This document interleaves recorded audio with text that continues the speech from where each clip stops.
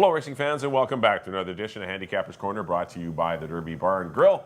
I'm Mike Heads, along with Drew Forster. We're going to go through the Sunday, June the 11th races at Hastings. We do have 8 races on tap. No stakes races this weekend, but of course, Belmont Stakes weekend, lots going on. Of course, we do have that $7,000 Sea to Sky Pick 6 carryover going into the Saturday program as of taping. Hopefully, keep an eye on that on Sunday. Yeah, on Sunday. But eight thrillers. Yeah, good races, and we'll hop right into it. First race is a $4,000 claimant event for fillies and mares. Going 6.5 furlongs. Non-winners of 3 lifetime. I went to the 4 here, Zygo. She ran in this condition. Right. Her first start of the year and only got beat by very touch of green, who came right back to win. Then she went into a non-2 event, dusted him, ran away easily, defeating Labradine by 4. Fits well in here. I don't see.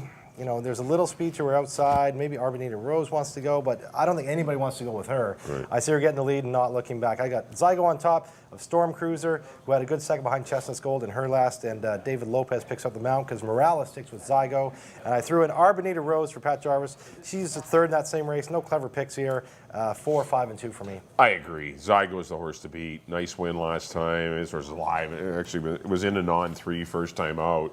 Against Touch of Green now in a non-3 again. I mean, it just shows you this horse is competitive wherever she runs. Yeah. Storm Cruiser, good run. Sprinting needs to go long, but still probably the best major threat to Zygo and the 2-horse Arbenita Rose. Got to respect her speed. She's run well in both of her races, but can't seem to get the job done. But things aren't any easier with Zygo and Storm Cruiser in the race. 4-5-2. I agree with Drew. On to the second race, 2-year-olds here. Colts and Geldings going 3.5 furlongs. Field of 7. I've gone to the 2 European. I like taking horses that have had a race under their belt. It does. It makes a difference. It is huge. I think they've been through the whole procedure, the paddock, the post-parade, everything, and the gate. Amazing how sometimes even really good horses run poorly. Not poorly, but just average first time out. Then second time out, they run so well. Dustin. I'm going to hope that happens with European. Blinkers on as well. The 3-horse, He's the Reason, has looked spectacular in the mornings. That's your horse to beat. The Factor is a very quick stallion, and his foals are very fast.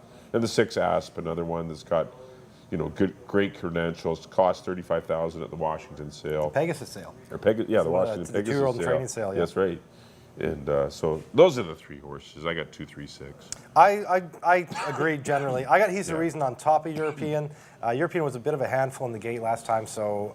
Hopefully it's better second time out. Figure he'd be better second time out. They do have blinkers. I like the way He's the Reason. It's drawn to his outside, so I'm going to give a slight nod to He's the Reason, but those are the 2 I really like, are He's the Reason and European. I couldn't decide between Asp and Mr. Finch. Nice horse out of My Special Angel at the Anita Bolton barn. 35-3 gate work. Pushed me his way. I got him in the 3rd spot. I went 3-2-1 right down the road there in the baby race. The second. On to the 3rd. Nice $25,000 claimant event for older Colts and Geldings. Going 6.5 furlongs, field of 6. I absolutely love Brass and Gold in here. I thought a huge effort off the bench. His first race since last July. Been off almost a year. Ran a corker. Only got beat 3/4 of a length by BC Charlie.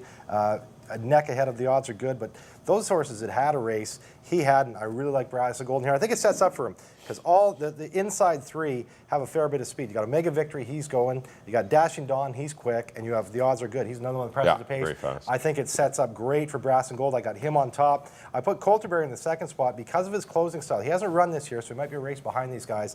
But there's so much speed in here that I think Brass and Gold gets it. I could see Colterberry getting up to get 2nd. He's a horse with some talent. Mark Kluche having a good year. And I threw, out of the speed horses, I like the odds are good. The best out of those 3. He ran a good one last time. As I mentioned, Brass and Gold just beat him by a neck for 2nd. And he's on the outside of the other 2, and I think that plays to his advantage. I went 4, 5, and 3. Yeah, I agree. I like 4 and 3 though, or 3, 4. Brass and Gold. He hasn't raced all that often the last 3 years, but he's 8 years old, and he did come out with a lot of times that's their best effort. Is the first one off the bench for the classy old guys, and I thought he ran a good race. I thought the odds are good. Ran a better race. Did have to battle through 22 flat, 44 and 3. And then just got guzzed at the wire for 2nd. But I think that could happen again, Mike. That's what scares me. Omega Victory. See, the whole key is Omega Victory. If this horse breaks and shows good speed, I know the horse is showing speed for non-216, but is that $25,000 speed? Yeah. They're fast away from the gate, these horses. Maybe the odds are good to clear, and if he does, he's going to win. And it's going to be tough for Brass and Gold to win. But those are your 2 horses. I went 4th. I agree. I've gone Brass and Gold. Over the odds are good. I put Dashing Dawn in for third, and the horse has got a shot in here. He's always run well. He's a consistent horse, and even the 25, it doesn't bother me. He's run well at that level in the past. So 4-3-2 for me in the third. On to the fourth, $16,000 non-threes. They're all happy to see Omega Victory gone, a lot of them. Yeah, exactly. Yeah. I went to the 3 Rock concert. We talked about him on the Saturday show. He could come right back. He's got a confidence builder. Yeah, he looked at 16-4. I know the time's a little muddled, but it was later in the day and the track got a little faster. But still, he looks like the speed in here. He's going to be very dangerous. Put the 2-horse Torneador on the class drop in for second. He's better than that race. Maybe didn't care for the slop. Give Torneador a shot, although it's supposed to rain. That's the only lousy part. And the 7 PS Diamond Cutter. He's good runner-up effort in his comebacker, and if he gets some speed, he's going to be dangerous. I think those are your 3 horses, 3, 2, and 7.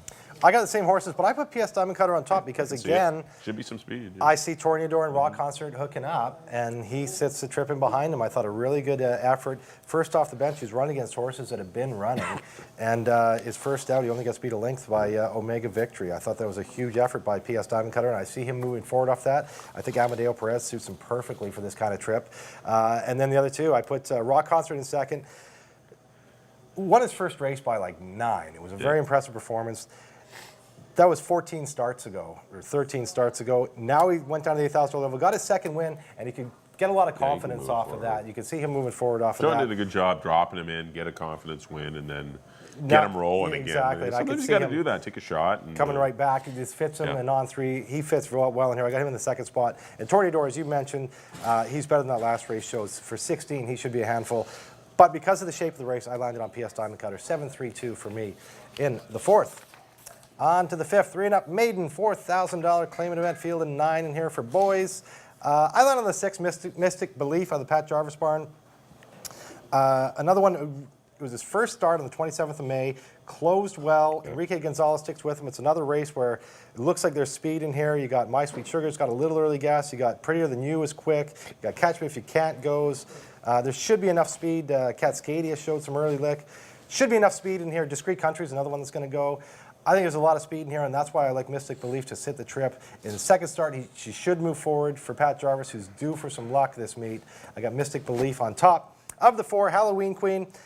Rob Maben, this horse had a decent year last year. Even ran in the Sadie Diamond Maiden Special Weights. First out this year, she was scratching the paddock. I'm going to give her another shot to first start of the year. In for $4,000. I think she's going to be a price, but deserves a look and not an overly tough field. I got her in second spot, and I put Discreet Country. Good second when she was in for maiden 4. Went up to the maiden $8,000 level with Miss Finality and Such a Bargain. Mardi Gras Mabel, tougher fillies. Back in for 4, she needs to be respected. 6, 4, and 7 for me. Yeah, I agree. The Mystic Belief should get a great trip in here. As you mentioned, there's 4 or 5 confirmed speed horses. There should be a pace. If Enrique Gonzalez gets Mystic Belief just a little bit behind these horses, this horse is going to be pretty dangerous. And yeah, right, get Pat Jarvis a win. I mean, her barn is way too good. Yeah, Pat does a great job, and out of the winner's circle. 27-0, 9. No, horses are running 9 well. Of them They're on the third, board. But, they're on the board. Yeah. In some tough races. Just snake bit. Yep, and I put the 2 Prettier Than You in for second on the class drop. Coming back in a week, but I don't know if the horse is going to. Maybe the blinkers on will help give this horse another look. And I put the 5 DeClays, another Pat Jarvis off the pace horse that might. I like the race 2 back when it ran third to Miss Mariah and Flaming Youth. Yeah. Who came back to win. I thought that was a good race with that style, and I think that style is what you need in this race. I don't want really anyone with speed. I want something coming from off the pace, and Richard Hamill retains the mount. So I thought this horse was worth a look as well. 6, 2, and 5 for me in the 5th. Start of your late pick 4 on the 6th race, $4,000 claimers going 6.5 furlongs. I ended up on the 1 horse, Wise Boss. I didn't like anyone. There are 9 of them in here. I don't see any speed in here. I see Wise Boss getting the lead. He ran a much improved race last time. Ran second to Ace Deuce, who was a classy horse from California that beat him. Did beat Majestic Mark, who came back to run another big race last weekend. Did lose that day, but still Majestic Mark ran a big race. But Wise Boss, I thought was really live in here. The 3 Indy Racer. Good runner-up effort, better distance, 6.5. Yeah. The 6 furlongs probably not suited all that great to him. And I put the 6 horse Sidine on the class drop in for third. I still don't think he wants to sprint, but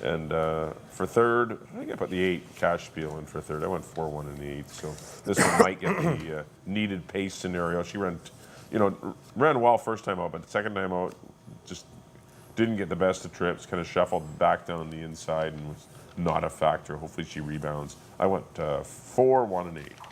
I went to the 1 payment plan. Another Mike Anderson horse. He's gonna be loving me. Very poor Mike this week. She's only got 1 start this year. She a decent 4th in that extramarital. It was a tough 16 with extramarital Mayfair Lady. Now in her 2nd start, she goes to 4,000. A well-bred daughter of To Honor and Serve. 2nd out on the year. Attracts Enrique Gonzalez for the injured Jose Asensio. I just like a lot of things. I think it trends well for payment plan, and she should be very tough in here. Aggressive. I put Song and Dance Girl, Cindy Kraserbarn, in the 2nd spot. That one's got. Ran a maiden special weight this year and beat 4 of them home. She ran 6th. That was a race where Eco Charge. This girl got beat by 10, but what is it? She got way better. She only got beat 7 lengths for third, for third. So definitely playable. Goes from maiden special weight to maiden 4, the big drop. So that's as big as it gets. That's as big as it gets. So I have to have her in my picks. And I threw Mardi Gras Mabel, another one that ran good last time, just her first out. Ran into Miss Finality at such a bargain, the $8,000 level, drops in for 4. Rob Gilker, Amadeo Perez takes over, and Rob Gilker and Amadeo Perez always team up well, 31% together, so she is playable. 1, 7, and 2 for me in the nightcap on Sunday, last race of the weekend. That'll do it for our analysis of the Sunday card. Up next on picks, Mike, as always. You're up first on the Second June race 11th number card. 1, I went to the 4, Zygo, 4-5-2. Race number 2, I went to the 2, European, 2, 3, and 6 in the 2-year-old race. Race number 3, I went to the 4, Brass and Gold, but I like the 3. The odds are good as well. Those are my 2. I definitely played 2 horses. I went 4-3-2. 4th race, went to the 3, Rock Concert, 3-2-7. Looked like the 3 horses in there. Kicking off the late pick 4, I went to the 5. In race 5, I went to the 6, Mystic Belief, 6, 2, and 5. Race number 6. And try the speedy number 1, Wise Boss, to maybe wire them. I went 1, 3, and 6. Race number 7, I'll try Craig McPherson's runner, Sunspawn, number 6, 6, 4, and 3. And in the 8th and final, I went to the 4 horse, That's It, over the 1 and 8. That's it. That's all. That's it. That's all. No, we got your picks. On to my picks. There we go. Back in the first, I agree with Mike. I went to the 4, Zygo, over the 5 and the 2. In the second, the 2-year-old race, I went to the 3, the Factors, He's the Reason, over the 2 and the 1. In the third, I really like the number 4, Brass and Gold, over the 5 and the 3. In the 4th, I went to the 7, PS Diamond Cutter, over 3 and 2. In the 5th, I went to the 6, Mystic Belief, over the 4 and the 7. In the 6th, I went to the 3, Indie Racer, over the 6 and the 5. In the 7th, I went to the 4, Kodiak Rose, over the 9 and the 1. And in the nightcap, I went down to the rail, number 1, Payment Plan, over the 7 and the 2. Well, that'll do it for this edition, the Sunday, June 11th edition of Handicappers Corner. Thanks, everyone, for tuning in. Hopefully, we've given you lots of insight and some clever selections. Hopefully, you have a good weekend. Our next live cards will be Saturday Saturday, June the 17th. 17th and 18th, Sunday, June the 18th. No stakes races, I don't think, that weekend. I think they're not until the 24th and 25th when we get the 3-year-old fillies and the 3-year-old Colts and Geldings back in action. But still lots of great racing action. Hopefully you guys have a great weekend. If you can't make it out to Hastings, please do come out to the Derby Bar and Grill. If you're out here in the South Surrey area, always lots of specials going on, lots of racing. Here it's a great atmosphere to watch. Flat screen at every booth, you'll never miss a race. You'll never miss a race. On behalf of Drew, thanks everyone for tuning in. We'll see you next time here at Handicappers Corner.